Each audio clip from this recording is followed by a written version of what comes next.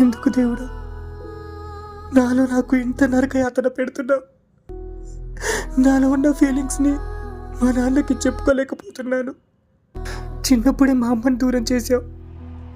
మా అమ్మాయినా ఉండుంటే నాకు బాగుండేది. నా ప్రతి పనిలో నాకు ఎంతో ధైర్యంగా ఉండేది. ఎందుకు దేవుడా నా లైఫ్ని ఇంత నరకయాతన చేస్తున్నావు?